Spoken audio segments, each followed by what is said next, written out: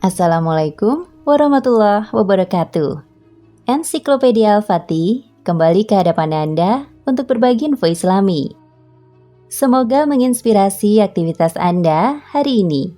Dan jangan lupa klik tombol subscribe dan aktifkan notifikasi tombol lonceng agar tidak tertinggal berita terbaru dari Ensiklopedia Al-Fatih.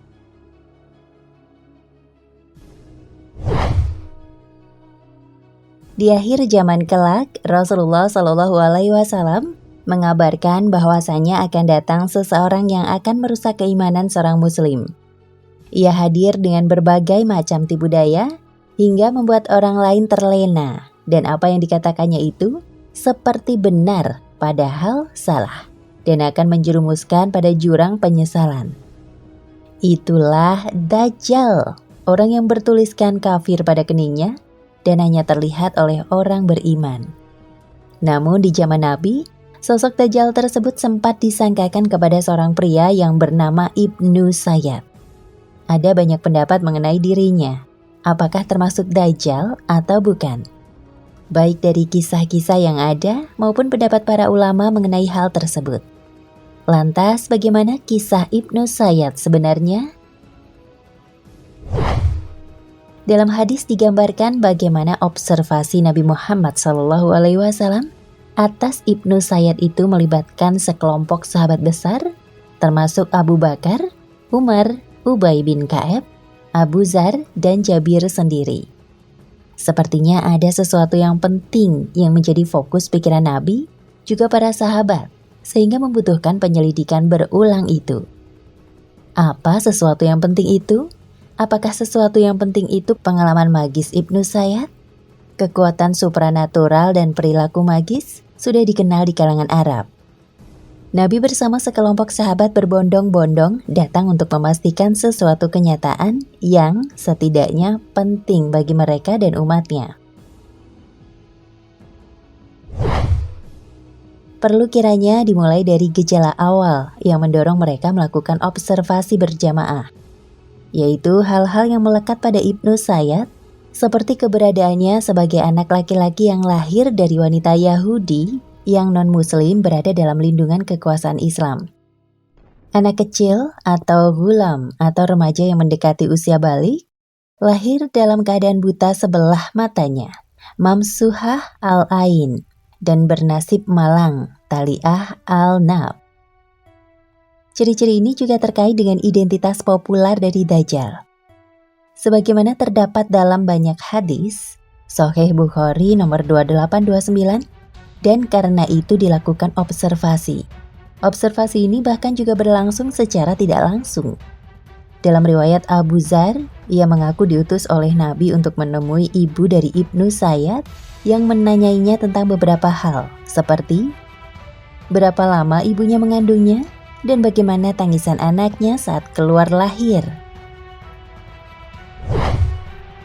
Berbeda dengan Ibnu Umar yang lebih banyak meriwayatkan hadis ini secara lebih singkat. Jabir menyatakan pengakuannya justru turut langsung dalam proses observasi bersama Nabi. Dia menyadari bahwa proses itu dalam rangka identifikasi Ibnu Sayyad sebagai Dajjal atau bukan. Dalam kesimpulannya, Ibnu Sayyad adalah Dajjal. Rasulullah Shallallahu Alaihi Wasallam senantiasa yakin bahwa dia itu Dajjal. Apakah kesimpulan Jabir ini keliru?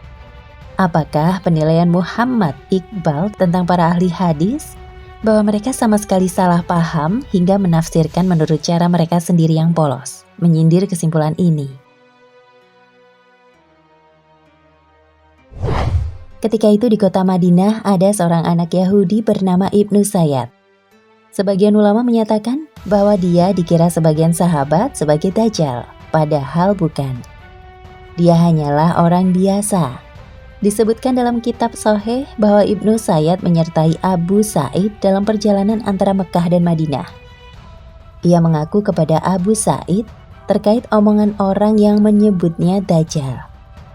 Ibnu Sayyad kemudian berkata kepada Abu Sa'id, "Bukankah Rasulullah SAW bersabda bahwa Dajjal tidak memasuki Madinah, sementara aku dilahirkan di sana? Dajjal tidak punya anak, sementara aku punya anak. Dajjal kafir, sedangkan aku sudah masuk Islam. Ibnu Sayyad berkata, namun demikian aku paling tahu Dajjal dan paling tahu tempatnya.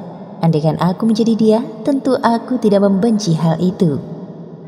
Ahmad menuturkan, Abdul Muta'al bin Abdul Wahab bercerita kepada kami, Yahya bin Sa'id al-Umawi bercerita kepada kami, Mujalid bercerita kepada kami, dari Abu Wada dari Abu Sa'id. Ia berkata, Ibnu saya disebut-sebut di dekat Nabi SAW. Lalu Umar berkata, Ibnu Sayyad mengklaim bahwa tidak ada sesuatu yang dia lewati, kecuali sesuatu tersebut berbicara kepadanya. Maksudnya Ibnu Sayyad bukanlah Dajjal yang akan muncul di akhir zaman, seperti disebutkan dalam hadis Fatimah binti Qais al-Fihriyah. Hadis Fatimah ini adalah patokan dalam permasalahan ini. Pria Yahudi yang sempat disangka sebagai sosok Dajjal di zaman Nabi. Sebagai anak Yahudi, sosok Ibnu Sayyad sempat diidentikan dengan figur Dajjal yang merupakan musuh dari umat Islam. Semua ini berawal saat dirinya menyertai Abu Sa'id dalam perjalanan antara Mekah dan Madinah. Dikutip dari islampost.com, Ibnu Sayyad mengadu kepada Abu Sa'id terkait omongan orang yang menyebut dirinya Dajjal. Hal ini lantas diutarakan pada Abu Sa'id, di mana ia memberi tanggapan yang intinya menolak jika dirinya disamakan dengan sosok Dajjal. Bukankah Rasulullah SAW bersabda bahwa Dajjal tidak memasuki Madinah, sementara aku dilahirkan di sana? Dajjal tidak punya anak, sementara aku punya anak. Dajjal kafir, sedangkan aku sudah masuk Islam. Ibnu Sayyad berkata, namun demikian aku paling tahu Dajjal dan paling tahu tempatnya. Andaikan aku menjadi dia, tentu aku tidak membenci hal itu. Meski menolak disebut dengan Dajjal, Ibnu Sayyad ternyata mengetahui sosok dan keberadaan dari makhluk pendusta yang bakal muncul di akhir zaman tersebut. Namun hal ini akhirnya menjadi sebuah kerancuan dalam kisah-kisah tentang jati diri daripada Ibnu Sayyad. Kemudian Ibnu Sayyad mengaku bahwa ia didatangi orang yang jujur dan orang dusta. Dia melihat singgasana di atas air, tidak benci kalau ia Dajjal. Dia mengetahui tempatnya dan perkataannya. Sesungguhnya aku mengenalnya, mengetahui tempat kelahirannya dan mengetahui di mana dia sekarang, dan kesombongannya untuk memenuhi jalan. Pendapat para ulama mengenai sosok dirinya. Keberadaan Ibnu Sayyad memang menimbulkan polemik, khususnya dalam pendapat yang dikemukakan oleh para ulama. Terlebih Nabi SAW tidak diberikan wahyu apakah dia itu Dajjal atau yang lainnya. Seperti pendapat dari Abu Abdillah Al-Qurtubi rahimahullah berkata, pendapat yang benar bahwa Ibnu Sayyad adalah Dajjal berdasarkan dalil-dalil yang telah lalu dan tidak mustahil bahwa dia telah ada sebelumnya di pulau tersebut dan ada di depan para sahabat di waktu yang lain. Adapun Imam An-Nawawi rahimahullah juga berkata, kisahnya itu muskil atau sulit dipahami dan perkaranya samar-samar. Apakah dia itu Masihud Dajjal yang terkenal atau yang lainnya? Akan tetapi tidak diragukan bahwa dia termasuk Dajjal di antara para Dajjal. Karena Nabi SAW tidak diberikan wahyu apakah dia itu Dajjal atau yang lainnya. Hanya diwahyukan tentang sifat-sifat Dajjal. Sementara Ibnu Sayyad memiliki ciri-ciri yang memungkinkan. Karena itulah Nabi SAW tidak menyatakan secara pasti bahwa dia adalah Dajjal atau yang lainnya. Meski keberadaan Ibnu Sayyad sempat menjadi polemik pada masanya, toh sosok Dajjal yang asli pasti akan keluar atas izin Allah Subhanahu wa Ta'ala jika waktunya telah tiba.